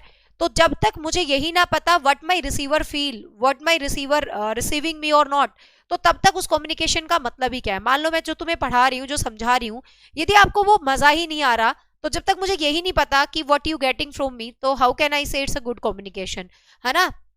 तो यहाँ पर understood by the receiver and produce the desire response, कि रिसीवर को समझ में आना चाहिए। तो आप बताइए, आप रिसीवर हैं, क्या आपको क्लास समझ आ रही है? और नॉन वर्बल कम्युनिकेशन में आंसर देना है इसका, ठीक है? नॉन वर्बल कम्युनिकेशन के अंदर आपको आंसर देना है, वर्बल कमेंट्स में आंसर नहीं देना आपको। Signs and non verbal way में आंसर देना है कि what you feel, are you getting my class, ठीक है? तो आंसर रहेगा यहाँ पर 3, ठीक है? हाँ नेक्स्ट है learning to communicate with other is a key of. Learning to communicate with other is a key of, दूसरों के साथ लर्न करना। Learning to communicate with others is a key to, कि दूसरों के साथ आप कुछ भी चीज को लर्न कर रहे हैं, तो ये की है। मतलब learning to communicate with others is a key of, तो ये क्या है? मतलब दूसरों के साथ कम्युनिकेट करना है, तो क्या है ये की? Eliminating listeners to the all psychological noise, सबकी जो है साइकोलॉजिकल नॉइजेस को मतलब एलिमिनेट करना। नेवर बिगिन मिसअंडरस्टूड, मतलब मिसअंडरस्टूड नहीं होना है, ठीक है? ठीक है, दिख गए मुझे तुम्हारे नॉन वर्बल साइंस। हाँ, एस्टैब्लिश रिवार्डिंग रिलेशनशिप्स, भाई अवार्ड देने वाले रिलेशनशिप्स को क्रिएट करना, ऑल ऑफ दिस। ये कह रहा है learning to communicate with others is a key to, तो क्या है कि eliminating listeners all psychological noise, never being misunderstood, कभी भी मिसअंडरस्टैंडिंग ना हो, ऐसा नहीं हो सकता।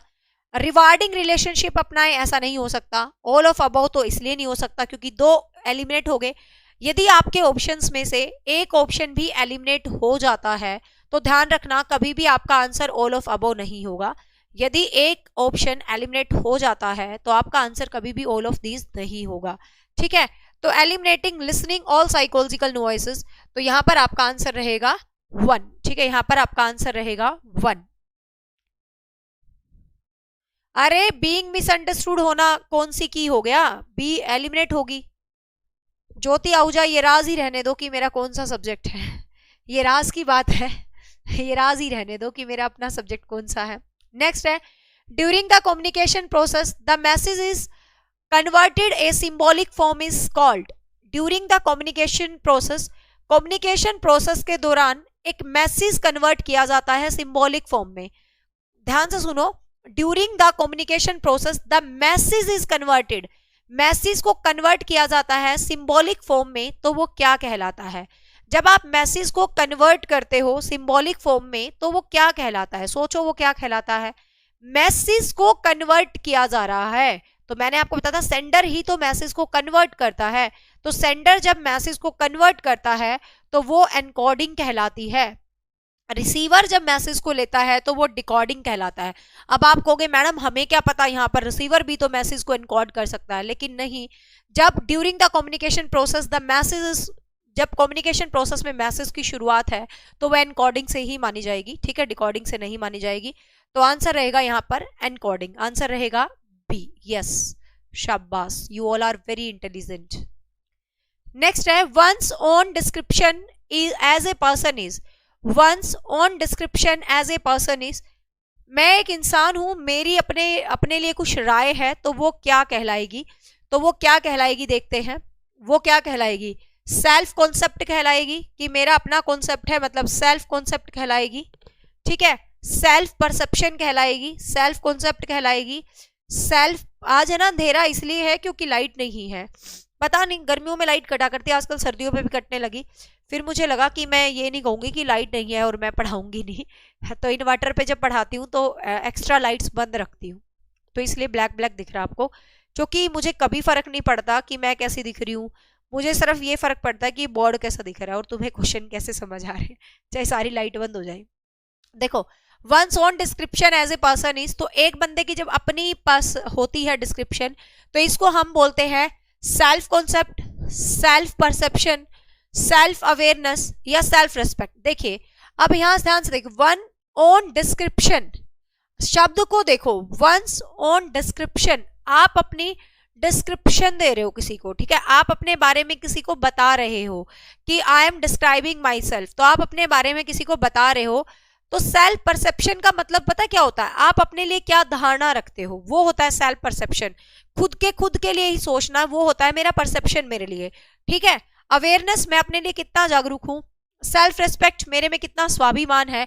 लेकिन when I describe my self, मैं किसी को अपने आप को डिस्क्राइब कर रही हूं, तो मैं अपना कॉन्सेप्ट बता रही हूं कि व्हाट आई एम। ठीक है, तो यहां पर सेल्फ कॉन्सेप्ट आएगा, सेल्फ परसेप्शन नहीं आएगा। परसेप्शन तब आता है जब मेरी अपने लिए कुछ धारणा है स्पेसिफिक, मैं वो परसेप्शन किसी परसेप्शन होता है किसी स्पेसिफिक चीज को लेके। ठीक है, तो यहाँ पर तो आपने अपना डिस्क्रिप्शन देना है, तो आप अपना मतलब what you think, what your concept of life, whatever, तो वन रहेगा आंसर। नेक्स्ट है, which of the following term describe the communication between two people that involve sending and receiving the message. यहां अच्छा question है, ये बहुत अच्छा question है, ध्यान से इस क्वेश्चन का आंसर देखेंगे। आपको बताना है यहाँ पर जो आंसर है कि दो पर्सन है, ठीक है, which of the following term, एक टर्म है, एक टर्म बतानी है आपको, describe the communication between the two people that involves sending and receiving message. आपको वो परसेप्शन बतानी है कि क्या जो परसेप्शन है जो रिसीविंग और सेंडर के बीच होता है, तो वो डिकोडिंग होगा, वो एनकोडिंग होगा, वो ट्रांसैक्शंस होगा, या वो डाइडिक होगा। तो आपको ये बताना है। अब देखिए ये क्वेश्चन है, कुछ बच्चे यहाँ पर जरूर गलत करेंगे, जरूर गलत करेंगे, क्यों करेंगे मैं बताती हूँ इसके पीछे रीजन। फटाफट अपना आंसर दो, then I will tell you the answer.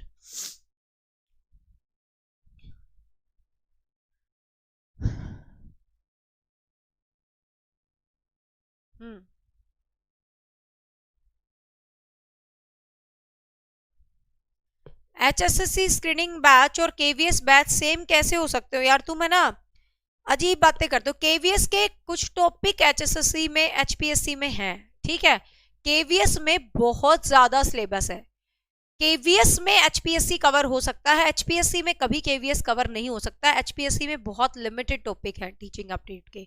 हाँ, आप ध्यान से देखिएगा, यहाँ पर मोस्टली बच्चे इस क्वेश्चन को गलत कर रहे हैं। देखो, which of the following term describe the communication between two people that involve sending and receiving the message. दो लोगों में जो टू वे कन्वर्सेशन होती है उसको हम डेफिनेटली ट्रांसैक्शन कहलाते हैं, और मैंने पढ़ाया भी है तुम्हें मॉडल्स के अंदर। ठीक है, इंटरेक्टिव और ट्रांसैक्शनल जो कम्युनिकेशन का मॉडल होता है वो टू वे प्रोसेस होता है, सेंडर और रिसीविंग आपस में होती है। लेकिन क्वेश्चन को ध्यान से देखो, इसने तो टर्म पूछी है, इसने मॉडल थोड़ी ना पूछा है। इसने तो कहा है कि दो बंदे जब बात करते हैं, तो वो मॉडल नहीं कहा इसने क्या होता है। वो मॉडल पूछता तो आपका आंसर होता है ट्रांसैक्शनल्स। ठीक है, उसने मॉडल नहीं पूछा है, उसने पूछा वो टर्म क्या कहलाती है। तो ये नया एड ऑन कर ला, डाइडिक भी होता है जब दो इंसान आपस में बात करते हैं, तो ये टर्म होती है। ठीक है, तो टर्म पूछा है तो आप डाइडिक लगा देंगे, मॉडल पूछता तो आप ट्रांसैक्शनल लगा देते। मैंने यहाँ पर इस शब्द को हाईलाइट भी किया था, तो आंसर टर्म से देना है, तो इसलिए आप आंसर, हाँ इसलिए आप आंसर डी देंगे। यहाँ पर ये नया क्वेश्चन था, एड ऑन कर लीजिए इसको, आप आंसर डी देंगे। ठीक है, नेक्स्ट है, which of the following is the essence of affective communication. Affective communication में सबसे जरूरी चीज क्या होती है? आपकी कम्युनिकेशन अफेक्टिव है तो उसमें सबसे जरूरी चीज क्या होती है, आपका मैसेज सबसे जरूरी होता है कि आपका मैसेज क्या है, ठीक है। आपकी एनकोडिंग, आपका जो कूट संकेतन है वो सबसे जरूरी चीज होती है, आपकी फीडबैक सबसे जरूरी चीज होती है, या आपकी डिकोडिंग सबसे जरूरी चीज होती है। फटाफट बताइए, बहुत आसान सा क्वेश्चन है। Which of the following is the essence of affective communication. Affective communication का क्या एसेंस है, आपको वो बताना है। तो फटाफट से बताइए भाई, अफेक्टिव कम्युनिकेशन का क्या एसेंस है। आंसर प्लीज फास्ट बताएं भाई, फटाफट आंसर, फटाफट आंसर बता दो। इसमें एक पीडीएफ थी, मेरे को मिल ही नहीं रही, उसमें ना कुछ और अच्छे अच्छे क्वेश्चंस थे। हाँ, कोई कह रहा है कि इफेक्टिव कम्युनिकेशन का मीन मैसेज होता है। अच्छा, हाँ, ऐसा मैसेज तुम्हें दिया जाए जिसको सुन के तुम दिल खुश हो जाए तुम्हारा, है ये होता है मतलब अच्छी कम्युनिकेशन का। अब मैं तुम्हें पाठ पढ़ा रही हूं, तुम्हें कैसा लग रहा है बताना। अब तुम्हें जैसा लग रहा है वही तो चीज मेरे लिए इंपॉर्टेंट है। मैंने एक मैसेज को कन्वे करा, मैंने तुम्हारे लिए एक मैसेज को कन्वे किया है, मुझे यही नहीं पता चलेगा यार तुमने उस मैसेज को सुना है, समझा है या नहीं, तो क्या ही फायदा हुआ मेरा उस मैसेज को कन्वे करने का। तो कम्युनिकेशन में सबसे जरूरी चीज होती है, असेंस कम्युनिकेशन का फीडबैक होती है। जब तक हमें फीडबैक नहीं मिलती, हम आपको पढ़ा रहे हैं, फीडबैक में आप रिजल्ट नहीं दोगे तो हमारी सारी कहानी का कोई महत्व ही नहीं रह जाएगी। I just want your result in feedback, ठीक है। तो feedback is the most important part. Clear? Next देखिएगा, तो फीडबैक आएगा, ध्यान रखना ये मैसेज वाले। नेक्स्ट है, people who engage in prank and open expression of their feelings is are consider. कुछ लोग होते हैं अपनी फीलिंग्स को ओपनली एक्सप्रेस कर देते हैं लोगों के आगे, मतलब व्हाट दे आर फीलिंग, तो इस चीज को हम क्या बोलेंगे, अग्रेसिव बोलेंगे कि वो तो बहुत अग्रेसिव पीपल है, खड़ूस, बेकार, घटिया वाले। तो अग्रेसिव नहीं होता भाई, कि यू आर नॉट अग्रेसिव। पता नहीं, मुझे एक पीडीएफ और देख रही थी, प्रीवियस क्वेश्चन दिखे नहीं। तो अग्रेसिव हो आप, ऐसा नहीं है बिल्कुल भी। र्यूड, आप बहुत र्यूड हो बिहेवियर वाले, ऐसा भी नहीं है। आप इनकंसिडरेट हैं, आप किसी चीज को कंसिडर ही नहीं करते ढंग से, ऐसा भी नहीं है। असर्टिव, असर्टिव का मतलब होता है कि यू आर फ्रैंक टू, मतलब कहते हैं ना यार, आप है ना अपने लिए असर्टिव, असर्टिव को एग्जैक्ट हिंदी में क्या बोलते हैं मुझे ध्यान नहीं आ रहा। असर्टिव होता है एक तरह से एकदम सही तथ्य वाला आदमी, जो अपनी फीलिंग को फ्रेंकली दूसरों के आगे अपने सही विचारधाराओं को प्रस्तुत करता है। तो यहां पर आंसर रहेगा आपका सी, आंसर रहेगा सी। कल कम्युनिकेशन के क्वेश्चन होंगे लेकिन हिंदी में होंगे, ठीक है। A low context culture is more where. A low context culture, समझ लो इस टर्म को। लो कंटेक्स्ट कल्चर क्या होता है कम्युनिकेशन का, लो कंटेक्स्ट और एक होता है हाई कंटेक्स्ट, ठीक है, दोनों को एक साथ ही समझेंगे। लो कंटेक्स्ट और एक होता है हाई कंटेक्स्ट, ठीक है। हाँ, लो कंटेक्स्ट क्या होता है, लो और एक होता है high. Most of the information is unspoken, जब ज्यादातर इंफॉर्मेशन अनस्पोकन रहे, मतलब इंफॉर्मेशन को जब बताते नहीं है, तो वो लो कंटेक्स्ट होता है। Most of the information is explicit state of verbal message, सिर्फ वर्बल मैसेज हो। Most of the information is apparent, most of the information is non existence. यहां पर देखिएगा, देखिए लो कंटेक्स्ट का मतलब क्या होता है, एक मिनट है। High context culture is when, high context होता है जब most of information is spoken. Unspoken जब होती है इंफॉर्मेशन वो हाई कंटेक्स्ट होता है। और देखिए, और जब वर्बल मैसेज होते हैं तो लो कंटेक्स्ट होता है। देखो मैं आपको बताती हूँ, ऐसे याद करेंगे, एक हाई सोसाइटी, एक लो सोसाइटी, ठीक है। हाई सोसाइटी में क्या होता है, लोग चुप रह के, चुपचाप, बहुत मतलब चुपचाप हलीमी से और बातें अंदर अंदर बातें कर जाते हैं, कहते हैं ना यार बड़ा चुपचाप अंदर अंदर बातें कर जाते हैं। तो जब अनस्पोकन, जो ज्यादातर अनस्पोकन जो कम्युनिकेशन होती है ना, अनस्पोकन, उसको तो हम क्या बोलते हैं, अनस्पोकन जब होती है तो उसको तो हाई कंटेक्स्ट बोलते हैं। तो आप ऐसे याद करना, हाई कल्चर, जो हाई कल्चर के लोग होते हैं वो ज्यादा बोलते नहीं है, वो कम बोल के अपने विचारों को बता देते हैं, ठीक है। और लो कंटेक्स्ट इससे अपोजिट होता है, इसके लिए ज्यादातर इंफॉर्मेशन स्पोकन होती है, मतलब स्टेटेड इन, ज्यादातर इंफॉर्मेशन वर्बल मैसेज के थ्रू होते हैं। सिर्फ वर्बली जब बस बक बक बक बक कर रही है, that is your low context. जब आपको एक सिंसियरिटी के साथ डील करना है, मतलब अनस्पोकन वे में आप चीजों को डील करोगे तो वो होता है हाई कंटेक्स्ट। तो याद करने का तरीका बिल्कुल इजी सा है। हाई सोसाइटी के लोग चुपचाप रह के अपनी चीजें बता देते हैं, लो सोसाइटी के लोग बोल बोल के अपनी फीलिंग्स को बता देते हैं। ठीक है, ऐसे करके याद रख लेना। नेक्स्ट है the primary channel used by individuals to communicate with others are. ठीक है, ये बहुत अच्छा क्वेश्चन है, इसको कई बच्चे जरूर गलत करेंगे। फटाफट से आंसर दो, फटाफट आंसर दो। The primary channel used by individual to communicate with others, सबसे प्राइमरी, सबसे पहला वर्जन होता है। ठीक है, एक्सप्लिसिट का मतलब होता है शुद्ध, शुद्ध। ठीक है, explicit. The primary channel used by individual to communicate with other. तो ये क्वेश्चन देखो बड़ा ही प्यारा क्वेश्चन है, इसको कुछ बच्चे गलत आंसर जरूर करेंगे। रेडियो एंड टेलीविजन, आपका पहला वे बताना है स्पीकिंग का, अपनी बात को बताने का सर्वप्रथम तरीका क्या होगा आपका, तो रेडियो एंड टेलीविजन होगा। मतलब रेडियो और टेलीविजन पे आप खबर बुलवाएंगे कि मेरी वो गायब हो गई है, उसको ढूंढ के लाओ, है। टोन ऑफ वॉइस, आवाज में बोलेंगे आप, मतलब आवाज निकालेंगे। ठीक है, ईमेल, ईमेल करेंगे, या साइट एंड साउंड। ध्यान से देखिए, इस क्वेश्चन को आप जरूर गलत करोगे, मुझे यकीन है पक्के वाला कि आप इस क्वेश्चन को करने वाले हैं गलत। भाई नेचुरल फिनोमेना है जुकाम, आवाज कैसी गंदी आएगी, ऐसी आएगी। पहले ना मतलब शुरू में बड़ा फील होता हो जाता था, देखो हमने कितने बदल जाते हैं ना टाइम के साथ। शुरू में ना हमें बड़ा फील होता था कि जैसे कई बार जुकाम हो गया तो ऐसे शेम लगता था, यार जुकाम हो गया यार क्लास में मतलब बच्चे क्या सोचेंगे कि तुझे जुकाम हो रहा है, तू ऐसे रिएक्ट कर रही है। लेकिन अब लगता है नेचुरल है यार, मतलब सबको होता है, होता है तो होता है, अब जो फील हो रहा है हो रहा है ना। मतलब अब है ना, जिंदगी के लिए ओपिनियन बदल गई। अब देखो, हाँ यहाँ पर देखो टोन ऑफ वॉइस, सारे बच्चे बोल रहे हैं टोन ऑफ वॉइस, मेरी बात को ध्यान से सुनिएगा।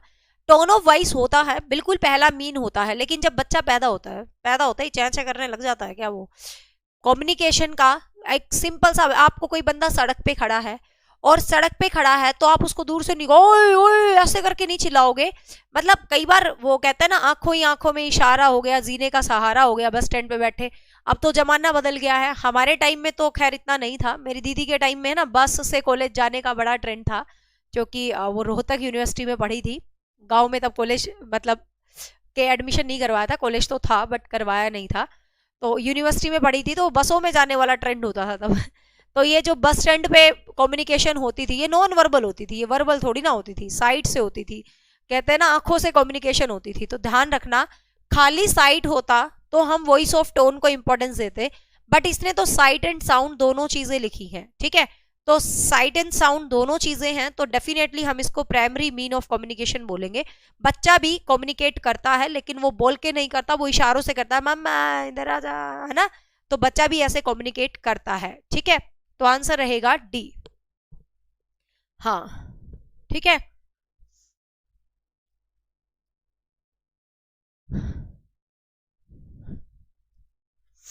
नेक्स्ट है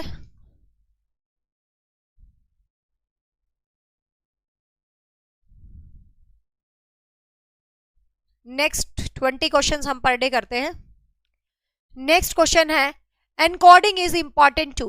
एनकोडिंग इंपॉर्टेंट होती है, क्यों होती है? एनकरेज फीडबैक, फीडबैक को एनकरेज करने के लिए, फीडबैक को बढ़ावा देने के लिए। एलिमिनेट नॉइज, नॉइज को कम करने के लिए। प्रोड्यूस मैसेज, मैसेज को प्रोड्यूस करने के लिए। एंड साइट होता है निगाह, निगाह, निगाहे, दृष्टि, नजर।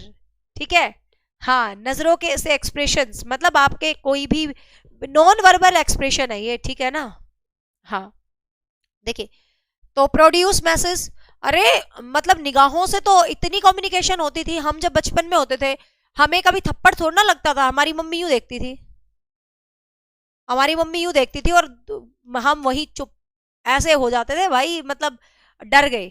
मतलब कितना टाइम चेंज हो गया, अब हमारे बच्चों को पीट लो तो उन पे असर नहीं पड़ता, और हमारी मम्मियाँ तो सिर्फ हमें किसी के आगे यूं देख लेती थी, बस यूं, मतलब हम समझ जाते थे ये वाली नजर आ गई ना भाई, तो अब हमें हिलना नहीं है यहाँ से। तो निगाहों से तो बहुत कन्वर्सेशन होती थी।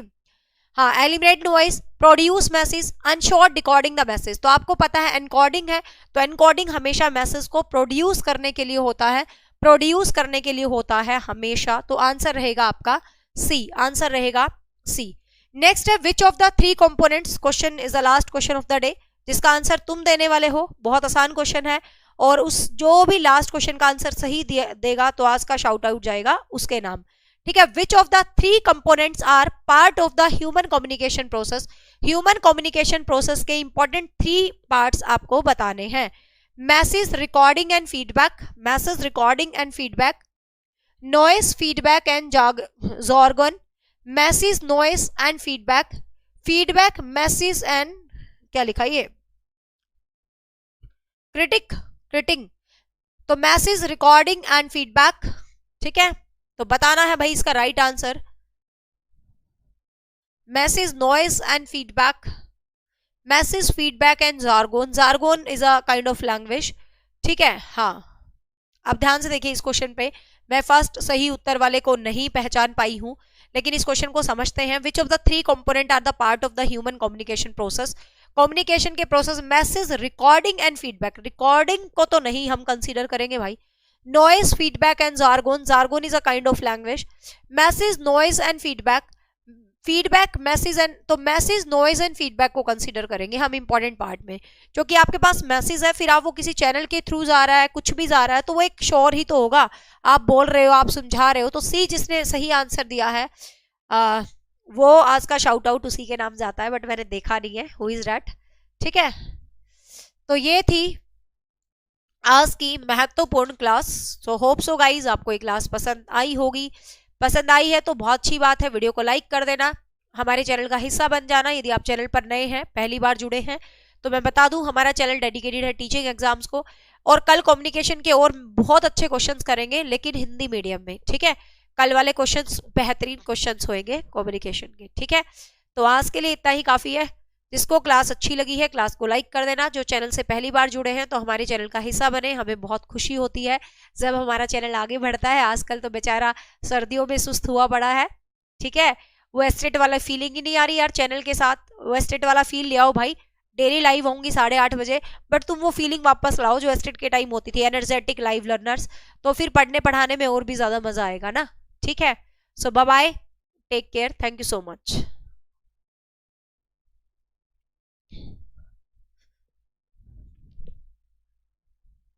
मुझे कॉल भयंकर वाला हो रखा है।